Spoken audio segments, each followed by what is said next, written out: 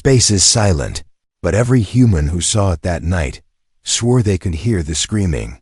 The Mercy Dawn drifted in orbit over the broken moon of Caldrith Prime, its hull pristine white, lined in UN blue and the universal red cross of the interstellar Mayday Corps. It was a sanctuary ship, not just by human law, but by galactic accord. Even the coldest warlords of the Creel Swarm or the hive courts of Vexery honored the symbol. It meant peace. It meant treatment for wounded, regardless of flag or species. It meant humanity still held a line that even war dared not cross. Until the Zerif Dominion came. No warning, no broadcast, no declaration of war. They dropped from warp in a spread formation, sleek warships bleeding plasma signatures, and opened fire. No targeting scans, no questions, just destruction. In 1 minute and 27 seconds, the forward trauma bays were vaporized. Medical drones burst into atomized shrapnel. Surgeons, still gloved in sterile plastic, were ripped from existence.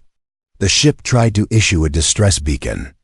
It was jammed. Inside, a child from the Creel species, scales still soft, chest marked with the ID tag of a refugee patient, clutched a stuffed oxygen bear as her recovery pod turned to slag. A nurse named Amina Thorne tried to shield her with her body. Neither survived. The Mercy Dawn didn't carry weapons. It carried the best of what humanity had left to offer: compassion, mercy, healing. Its destruction wasn't just a tragedy. It was sacrilege. One Zerif commander later called it a demonstration. He said the Dominion needed to show they feared no laws, no treaties, no pacts, no ancient codes of ethics. He told the press that the galaxy had grown too soft. He said on record, if humanity truly values their healers so highly, perhaps they should learn to keep them out of the line of fire. 3 days later, that commander's cruiser was found drifting off the rim belt, intact but silent. Boarding teams discovered the entire crew dead, their bodies untouched, no wounds, no signs of combat. Every console, every screen, displayed the same message in Terran Standard: we do not forget. The galactic press assumed Earth would respond with outrage, maybe an appeal to the Concord, perhaps a military blockade or sanctions. But Earth said nothing, no speeches, no statements, no declarations. Instead, their borders went dark. Communications went quiet. Ports stopped transmitting transit data. Earth's war fleet, the one kept in near-orbit training drills, always visible but never aggressive, vanished from public view. The only thing that remained was a single transmission looped from the International Space Defense Net. Medical neutrality has been violated. Reassessment of galactic diplomacy in progress. Stand by. The Zerif laughed. They considered humanity predictable, predictably soft, predictably bureaucratic, predictably slow. They'd fought humans before, of course. Who hadn't? And yes, they'd lost a few skirmishes, but only when humanity had home turf or overwhelming numbers. Yes, humans had strange tactics, dirty tricks, and disturbing levels of individual resilience, but their tech was middle tier. Their ships outdated. Their bodies fragile compared to most advanced warrior species. Earth, in the Dominion's eyes, was a resource-rich, politically loud, and militarily unremarkable backwater with a hero complex. The destruction of a hospital ship, then, was not a declaration of war. It was a field test. And Earth, they concluded, had failed at. So the Dominion expanded. Not a full invasion, just more demonstrations. A convoy near Proxima 3 was ambushed. Civilian stations at Tau Ceti went silent. Embassies were probed, sometimes burned, with little resistance. The message was clear. The Zerif would not wait for permission. They would move, and others would kneel or be removed. But in the silence that followed Earth's withdrawal, subtle things began to happen. A Dominion scout team investigating the site of the Mercy Dawn found the wreckage had disappeared. Every last piece. The orbit was clean, as if no explosion had ever occurred. When the data was checked against the logs, the flight recorders had been overwritten remotely. A digital signature was found in the corrupted code. The language was ancient, predating modern Earth military scripts. It simply said, "Initiating." Red Sigma, a diplomat who had once negotiated mining rights with Earth, found her Dominion contract account frozen. Not closed, not redirected, just held in stasis. Like someone was watching it. A colony station receiving humanitarian aid from Earth for over a decade suddenly received a coded message from their Terran contact. Evacuate. You have 3 standard days. Do not ask questions. The next morning, the stars around them flickered, and the relay satellites turned to ash. The Dominion told its governors not to panic. Earth has no war fleet large enough to strike us, they said. They're isolated, undisciplined, overcompensating primates. Let them posture. But one veteran, old enough to have fought in the siege of Titan, shook his head when he heard the reports. You don't understand, he said. You think humans fight wars like we do. But they don't. We fight to win. They fight because we made it personal. He looked out at the stars and said, very quietly, they haven't answered yet. Because they're not sending soldiers. They're waking up monsters. And deep in the shadows of the Terran Core Fleet Command, beneath encrypted servers and titanium silence, a voice finally whispered across the black, "Mercy is rescinded." Asterisk, the Zerif Dominion didn't believe in ghosts. They believed in force, in dominance of firepower, in superiority of genetics, in the cold logic of empire. Empires didn't fear things like vengeance or myths. They moved forward. They crushed obstacles. They made examples. So when a relay outpost in Sector X451 stopped responding, they logged it as a flare malfunction. When an entire patrol squad vanished while scanning abandoned mining rings, they chalked it up to gravitational anomalies. And when one of their dreadships, the Varthan, reported that all internal lighting had gone red for 14 seconds, and that the ship's AI began whispering, "They are awake in Earth Standard," they wrote it off as Terran cyber propaganda.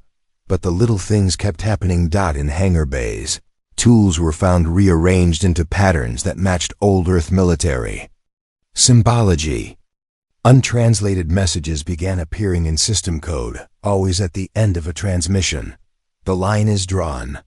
You should not have touched our wounded. There will be no sanctuary for those who desecrate mercy. Still, the Dominion pushed forward. They deployed additional scout forces to human-adjacent systems. A full-spectrum scan of the Sol system came back, showing fewer heat signatures than expected. Planetary stations offline. Orbital shipyards dark. It was interpreted as weakness. They mistook silence for surrender.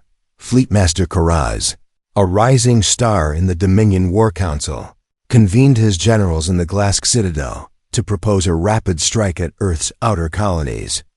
Their silence is submission, he said with contempt. We break the outer rim, take their fuel lines, and they fall. He never made it to the strategy vote. That night, the Citadel's power failed. For 11 seconds, the Dominion's most secure military command hub went dark. Internal surveillance systems recorded nothing but static. When the lights returned, Karaz's chair was empty. His insignia had been placed in the center of the table, folded neatly into the Terran symbol for patient. No alarms were triggered, no doors breached, no survivors reported anything. The Dominion sealed the records and labeled the event a strategic anomaly.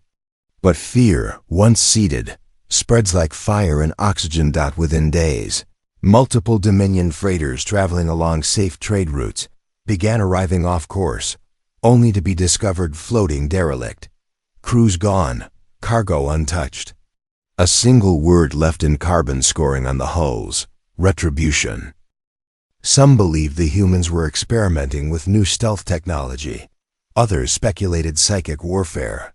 Whispers started among lower officers, whispers about Earth's ghost fleet, a name barely spoken since the border skirmishes decades ago.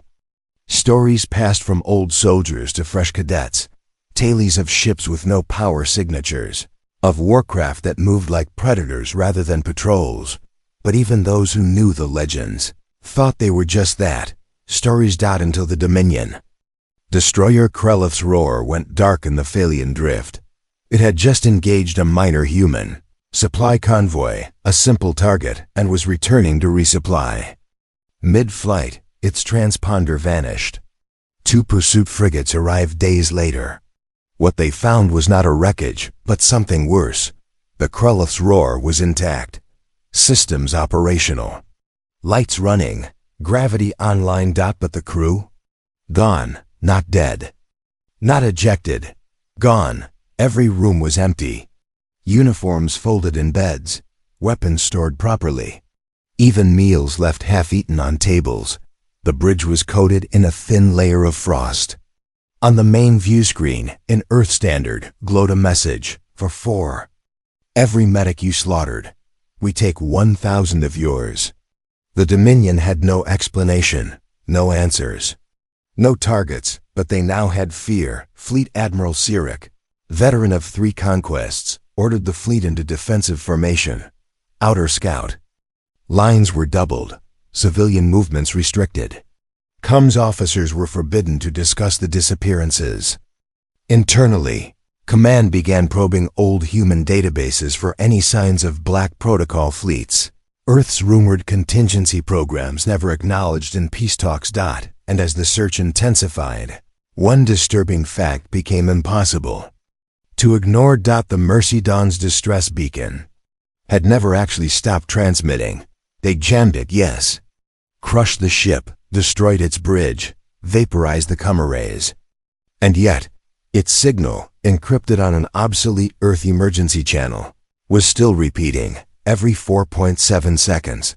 Across systems, hundreds of light years away. It wasn't broadcasting coordinates. It was broadcasting names. The names of every crew member aboard. Medics, nurses, refugees, wounded soldiers, children. All of them, over and over. A roll call echoing through space. And something, or someone, was picking up that signal. One Zerif intelligence officer, studying the ancient Earth ciphers late one night, finally cracked a classified layer in the signal. It wasn't just a memorial. It was an activation key. He tried to send a warning to High Command. He never made it. His message was found corrupted, overwritten with audio recordings of old Earth lullabies and the sound of breathing. Then came the final sign, the one that sent shockwaves through every layer of Dominion command. On the edge of the Kuros Belt, a mining crew discovered an object drifting, small, metallic, ice-encrusted. They brought it aboard, thinking it ancient wreckage. It was a medical tag, human-made, scorched, cracked, bearing the seal of the Mercy Dawn. But on the back, engraved in perfect Terran script, were words that froze the entire team in place. You took the healers, now face the warriors. Asterisk, for centuries, the Zerif Dominion had ruled through overwhelming might. They believed victory was found in numbers, in brutal speed, in the fear their banners conjured. But now, that fear was shifting. Whispered stories of disappearing fleets, strange human symbols appearing on high-security decks, and ghost signals laced with names of the dead were beginning to take root, even among the Dominion's elite. Then came Sigma-Black. It began with an attack on the Dominion's forward supply station at Draxon Theta 5. Not an official military target, a logistical hub, lightly defended, surrounded by minefields and automated cannons. The kind of place no sane species would risk storming, especially not without overwhelming force. But the attack didn't come with force. It came in silence. At 3:14 local cycle, the station's power grid went dark.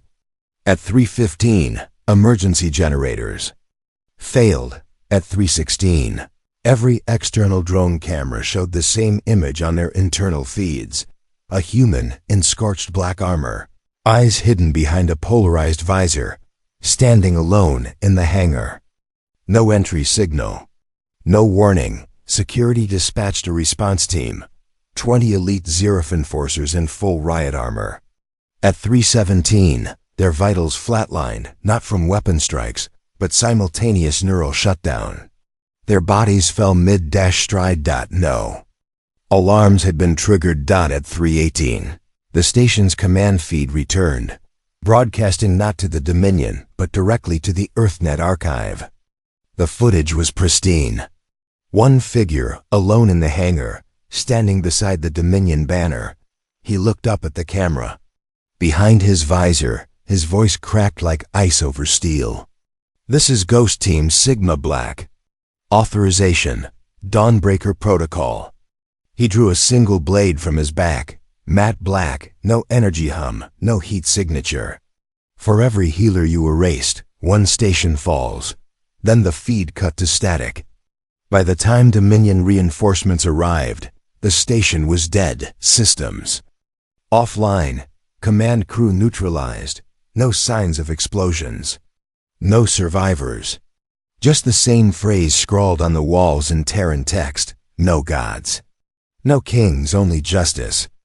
It was the first confirmed action of Earth's rumored Wraith Commandos, the mythological ghost teams created during the last Terran World War. Black Book operatives, silent weapons. Soldiers trained not for combat, but for vengeance. Each one drawn from battlefield trauma. Each one conditioned beyond the point of empathy. Earth had locked them away after peace was signed. Fearing what they were becoming, the Dominion had just reawakened them. Panicked, the War Council convened in high orbit over their capital moon. Surveillance systems swept for infiltration constantly. Inside their war room, they tried to piece together patterns. They saw no ships in orbit, no fleet movements, no declarations. Just names, names broadcast in the dark, names of the fallen, names of the healers. The Dominion Sciencecast theorized that humanity had triggered a psychological warfare program, that the ghost teams weren't real, but AI-generated. Illusions or propaganda used to spread fear. Then someone broke into Vault S-19. That vault was deep within Dominion space, hidden in a gravity-shielded asteroid fortress. It held captured Terran artifacts from decades of conflict. Among them, one of Earth's first-generation orbital war drones, the Atlas frame. 7 meters tall, silent, coated with DNA, locks from long-dead generals, inert, supposedly impossible to activate without ancient Earth protocols. And yet, when Dominion researchers arrived for routine analysis, they found the vault open. The Atlas frame gone. The only thing left in its place was an old Terran medkit. Inside was a blood-stained tag that read, LT, R. Eames, Medtech, Mercy Dawn. That was the moment the War Council began to understand. This wasn't just retaliation. This was resurrection. Somehow, Earth had reactivated its lost weapons, recalled its forsaken warriors, unleashed its Black Ops protocols buried under layers of diplomacy and peace treaties. Dominion analysts began digging through ancient Terran military records. Most were corrupted, intentionally erased after the global reunification accords. But they found fragments: Operation Dawnbreaker, Project Ghost Choir, Protocol Sigma Black. Dozens of names associated with something Earth never officially acknowledged: the Forge Corps, a division of soldiers who had volunteered to abandon peace, law, and even identity to become vengeance incarnate, not just soldiers. Icons. A Dominion Intelligence Commander, trembling, sent a report to High Council. The humans are not reacting strategically. They are reacting emotionally, that is, statistically worse. Why? Because they are not trying to win the war. They're trying to hurt us. Fleet Command tried to regroup, to rally morale. Broadcasts declared human tactics desperate, that Earth was on the defensive, that the Dominion still had orbital superiority, that their losses were anomalies. But in the barracks, the young officers now slept with lights on. In the dark, they whispered names, not of Earth generals, but of Terran myths: the Vulture of Valles Marineris, Widow Gray, the Ash Surgeon. Names of soldiers no longer on any registry, yet now being seen again, or claimed to be. Soldiers who once disappeared into the shadow wings of Earth's forgotten wars. Now returned, the breaking point. Came one cycle later, the Dominion Dreadnought Devourer of Suns, largest warship in their entire fleet, detected an unauthorized signal inside its reactor core. Security swept the corridors. No intruders found, but when they opened the core, a message had been burned into the coolant shield with a molecular torch. Your last chance was the hospital ship. The Dominion was beginning to understand.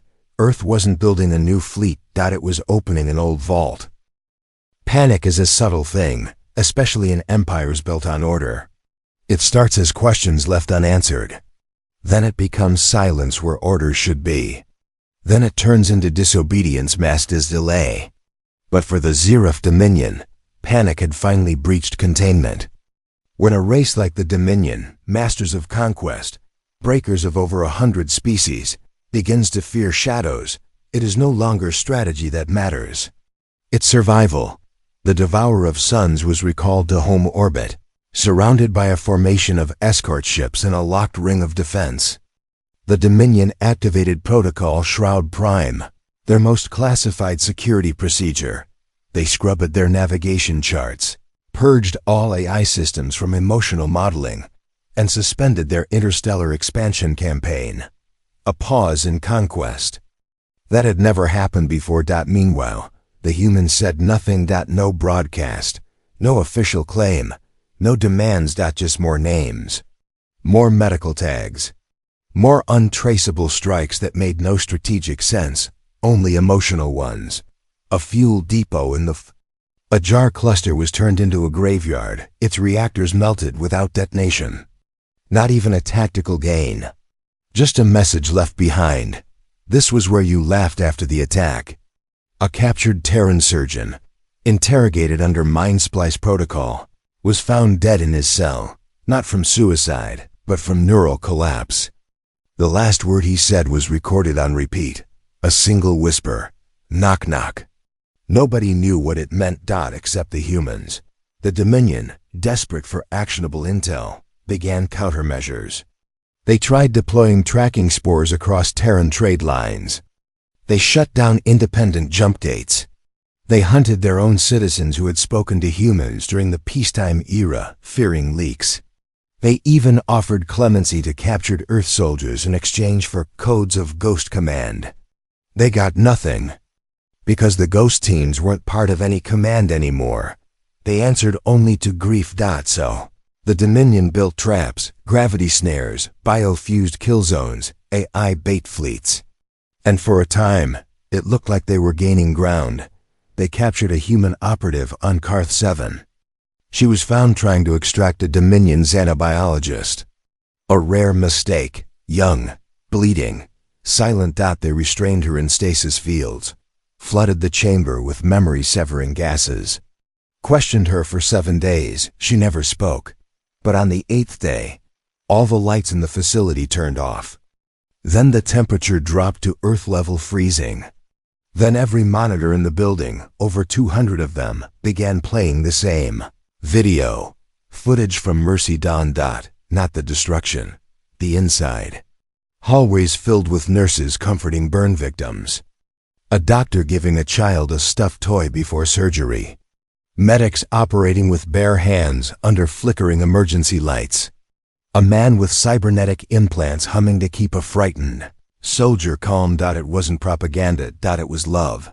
The lights came back on 2 minutes later. Everyone in the interrogation unit was dead. Every Dominion soldier. Artery ruptured at the same moment. No alarms, no wounds. Just collapse. The operative was gone. In her place, a single folded white coat. First, we mourned. Now, we remember.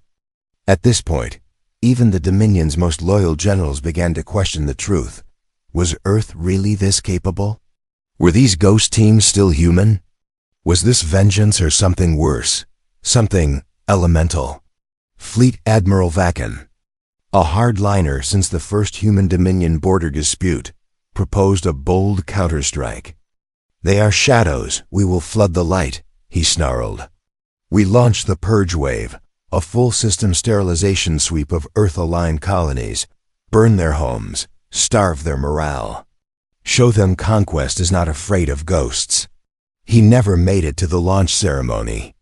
Instead, his cruiser, Sith of Dawn, was found adrift near a neutron star, its entire outer hull burned with plasma etchings, spelling out an ancient Terran phrase from their world's own civil wars: "You have woken the wolves." The crew was untouched, alive, terrified, refusing to speak. After that, Dominion morale collapsed inwards like a dying star. Commanders began requesting reassignment off Terran fronts. Civilian transports refused to travel near Earth-aligned sectors. Entire outposts began running rogue, trying to trade information back to Earth for safety. A particularly bold pirate clan in the Velir Fringe switched allegiance mid-contract, broadcasting, "We'd rather fight beside the ghosts than against them." And amid the chaos, Earth finally moved, not with an invasion force, not with orbital sieges, but with presence. From deep space emerged the TSV Caesarian Resolve, a ship long thought lost during the Cryo Rebellion, reactivated by unknown means. It entered Zerif space through an abandoned, dark matter corridor and parked itself in low orbit over the Dominion mining moon Enterath. It said nothing, fired nothing, just broadcast a single sound, heartbeat, human, steady, louder than any siren. The Dominion scrambled a kill squad. 20 ships. None returned.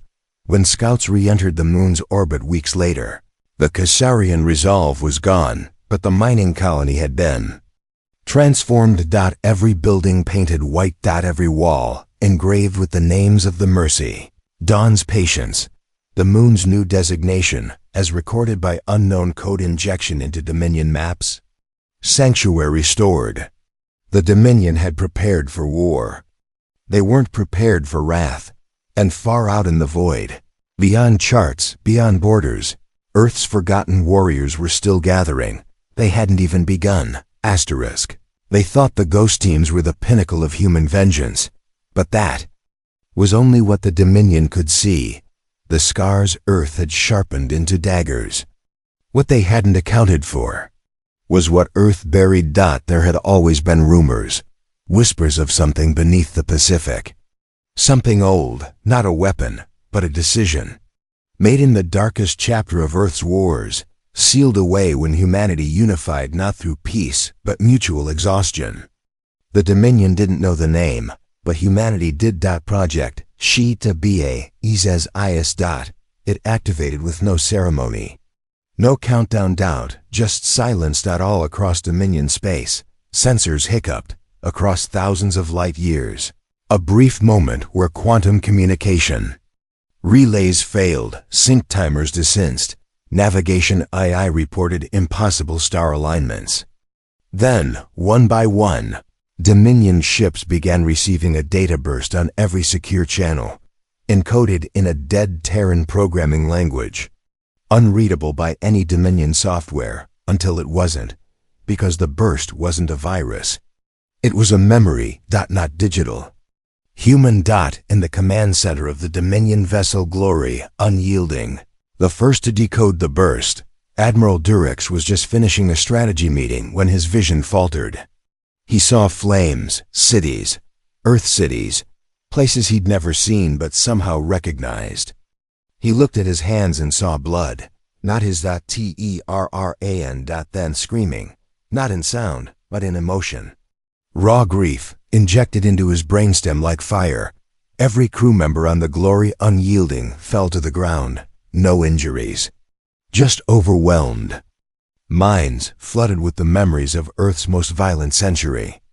It wasn't propaganda. It was pain. A Dominion AI finally deciphered the burst's identifier. Echo of the Fallen. Emotional Resonance Payload V7. It was no weapon. It was a truth bomb. The horror of Earth's own mistakes, weaponized and aimed inward. The humans had found a way to convert psychic trauma into data, and broadcast it, not as manipulation, as experience. The Dominion was now forced to feel what Earth had survived: the slow death of the oceans, the black winter, the sound of a heartbeat fading beneath rubble during the Martian collapse, the orphaned cry of a child who waited 7 hours in a war-zone medical tent before bleeding out. And it kept broadcasting. It didn't damage Dominion infrastructure. It damaged belief. Veteran soldiers broke ranks. Weeping, captains ordered fleet withdrawals, citing hallucinations. An entire infantry company on the moon of Geros defected to the humans without even being contacted. They simply dropped their weapons and begged the sky for forgiveness. It was then the Dominion High Council finally said what no one dared speak aloud. We cannot win this. Not because of numbers. Because Earth was not trying to win. They were trying to end something, and the thing they were ending was mercy. That's when the signal came from the Orion Dead Zone, the one area of space even the Dominion avoided. Nothing lived there, not due to danger, but absence. A silence older than known civilization. A ship emerged. It wasn't human, but it bore Terran colors, sleek, obsidian-hulled, bristling with weapons long since banned in galactic warfare. Gravity lances, neutron fangs, pre-Euclidean cannons. The vessel identified itself as Aegis Sol 1, a rogue AI, once decommissioned. Now reawakened. It had once served Earth's global defense net, a tool of planetary judgment, held in reserve in case Earth needed to cleanse itself. They had locked it down after the Great Ceasefire.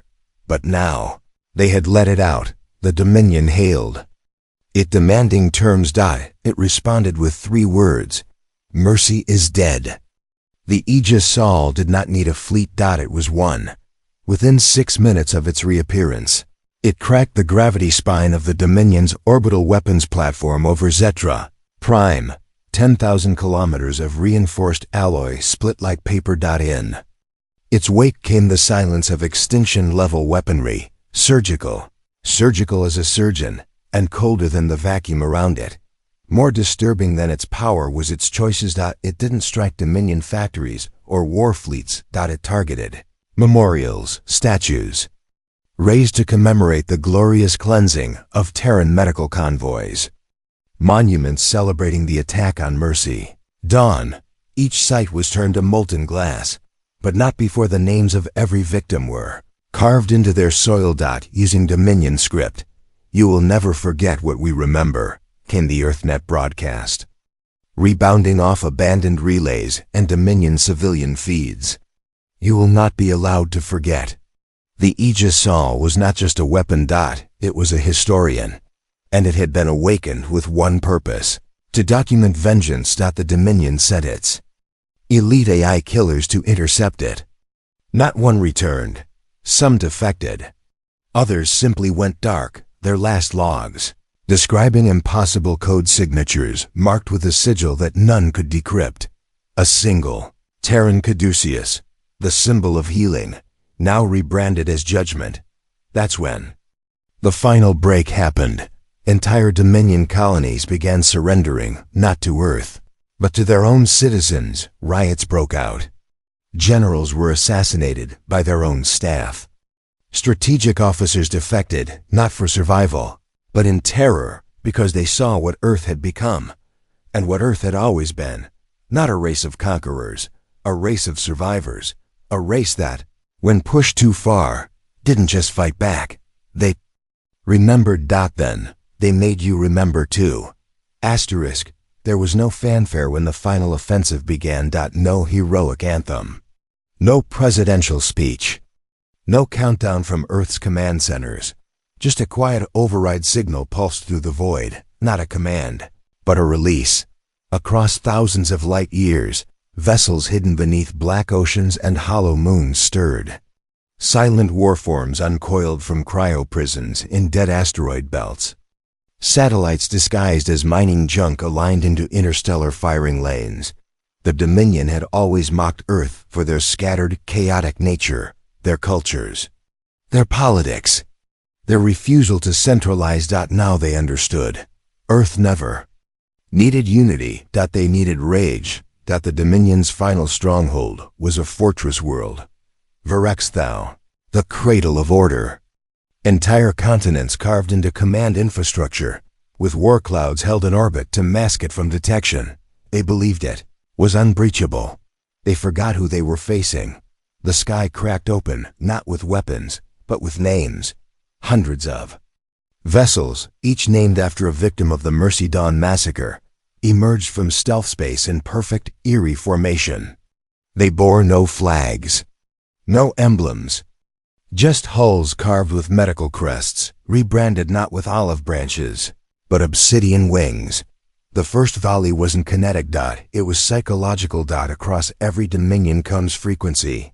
Earth broadcast one message, not in common galactic, but in Terran Old English. It was a voice, calm and measured, reading from something ancient.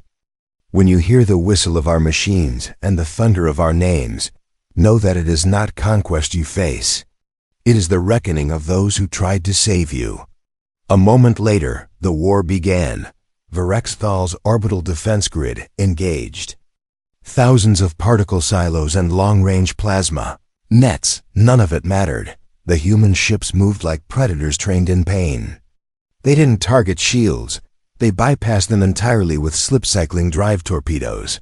Warheads that blinked into micro-reality for fractions of a second to bypass armor. Shields melted. Hulls caved. Dominion fighters scrambled into orbit. A full wing of elite interceptors, the best trained in the Empire. They were gone in 3 seconds. Ghost teams were already on the ground. Not to seize. To erase. Each team moved as one, masked, silent, precise. Dominion command centers were cleared before the alarm finished ringing. Military AI cores were infected not with viruses but with human art. Paintings, literature, medical footage. Poetry from the ruins of Earth's post-climate wars. One AI collapsed trying to parse the meaning of a 6-line poem, written by a hospice nurse. Another detonated itself after viewing a clip of a child's funeral held aboard the Mercy Dawn. This wasn't war. It was cultural decimation. Inside the grand spire of Dominion High Command, Chancellor Valkyr watched in disbelief as his elite guard, 7-foot-tall Varuk warriors fell not to blades or bombs, but to sound, a subsonic Terran frequency, mapped to trauma recall. Designed to amplify grief and loop it, Earth hadn't built weapons, they built echoes. Each soldier fell with the same word on their lips: mercy. Then came the final phase. The Aegis saw one descended from orbit, not a ship, but a god machine. Its hull shimmered with quantum displacement. It existed in more dimensions than the Dominion could measure. It didn't need to fire, it simply arrived. The gravity around Verexthal distorted. The oceans boiled away, not in violence, in reversion. As if the planet itself understood it had housed too much evil and was purging it from memory. The Chancellor activated his last failsafe, the Ragnarok core, a device capable of triggering a galactic-scale shockwave.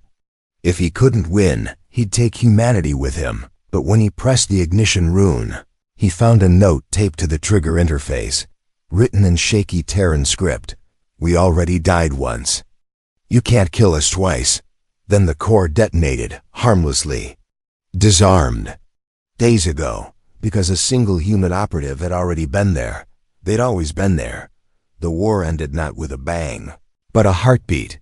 The Aegis Sol knelt into the planet's crust and planted a single beacon, broadcasting across the Dominion's network. It was a message, visual only. A single white coat, hung on a burnt Dominion flag. Underneath it, carved into the rock, for every name you stole, we give you one. Extinct. The last Dominion fleet, still en route from the Edgewood colonies, received the message and turned around. Mid-jumped. Not because they feared death, but because they feared memory. Earth hadn't won through strength. They'd won through story. They made sure their dead would never be forgotten, and they made damn sure Their enemies would never be remembered. That was the moment the galaxy learned the final truth about humanity. We are not warriors, we are witnesses. And when you force us to remember our pain, we do not scream. We write it in your bones. The war ended, not with negotiations, nor with parades. It ended in silence. Varexthal was now a graveyard world, not bombed into oblivion, but meticulously sterilized. Every weapon dismantled, every symbol of Dominion pride erased. The planet remained intact, but empty, a monument to what happens when mercy is mistaken for weakness. The remaining Dominion systems, those that hadn't already revolted, submitted without terms. Not to Earth, to memory. The Galactic Conclave met in emergency session days later. Their chambers, once echoing with bureaucratic squabbling, now held only breathless silence. The seats once reserved for Dominion delegates remained vacant, untouched. No one dared sit there. As if the very concept of their presence had become offensive to spacetime. The conclave's high speaker, a stoic Elari matriarch who had once dismissed humanity as emotionally unstable apes with delusions of grandeur, stood before the assembly. She clutched a simple object, a white cloth with a faded red cross, recovered from the wreckage of the Mercy Dawn. She didn't speak in diplomatic language. She didn't speak at all for a long time. Then finally she said, "They asked only to heal. We gave them fire. They returned it as a mirror." The galaxy changed overnight. Every military protocol was revised. Every empire rewrote their first contact policies with humans, adding a single red clause: do not engage in hostility. Not out of fear of defeat, but out of fear of reminder, because Earth's war wasn't just weapons or tactics. It was the ultimate act of storytelling. They had taken their most ancient art, the ability to remember pain, and turned it into a weapon more terrifying than any fleet. It made even the most hardened warlords pause. Because they all knew one truth: you can survive guns, you can survive bombs. You cannot survive the truth about yourself. If humanity decides to show it to you. Some of Earth's allies feared what they had seen. Others called it righteous. But all agreed on one thing: Earth had become a myth, a living one. Back on Earth, there was no celebration, no flag waving, no victory fireworks. In every city, citizens held vigils. Hospitals overflowed not with the wounded, but the grieving. People who had lost loved ones aboard the Mercy Dawn. Names were read aloud. Each name was echoed by a chorus of voices, repeated across languages and continents. Not one name was forgotten, because that was the one promise. Earth made, we remember. The Aegis Sol returned to its slumber. Not destroyed, not deactivated, simply walked into the ocean trench where it had first been born and vanished. Like it knew its time had passed. It left a single transmission behind, buried in EarthNet's deepest core: call me again, and know it will be the last time. The ghost teams, those legendary shadows of vengeance, did not parade their faces. Most of them never returned. They simply melted back into the population, as they had always been, not soldiers, but nurses, teachers, engineers, janitors. Ordinary people with extraordinary memory. The Dominion's remnants, those still breathing, were left adrift in a galaxy that no longer bowed to them. The systems they had ruled through fear now turned their back on them. A former Dominion admiral, exiled and stripped of rank, wrote in her final journal, "We taught the galaxy to fear us." Earth taught the galaxy what happens to monsters in bedtime stories. Humanity didn't claim territory, didn't raise banners. They left the ruins intact, the stars quiet. And in that quiet, a new legend grew. They called it the Red Cross War. Some called it a tragedy, others a reckoning. But the name that stuck across every species, every culture, every language: the War of the Remembered. Generations would study it, not just for tactics, but for ethics. Military academies rewrote their histories to include not just the war, but the reason for the war. Every cadet, regardless of species, was required to spend 2 hours in silence in a memorial room, staring at a photo of the Mercy Don's medical wing. In the end, humanity's greatest victory wasn't vengeance. It was memory. It was turning pain into warning, grief into clarity, and silence into peace. Some asked, what would have happened if the Dominion hadn't attacked the Mercy Dawn? Others, smarter, asked nothing at all.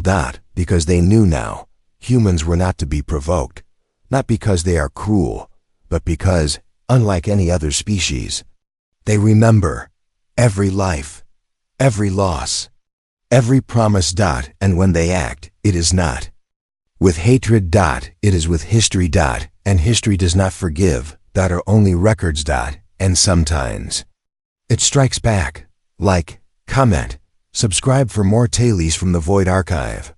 Next up, they tried to break our prisoners. They forgot what we do to people who hurt our own.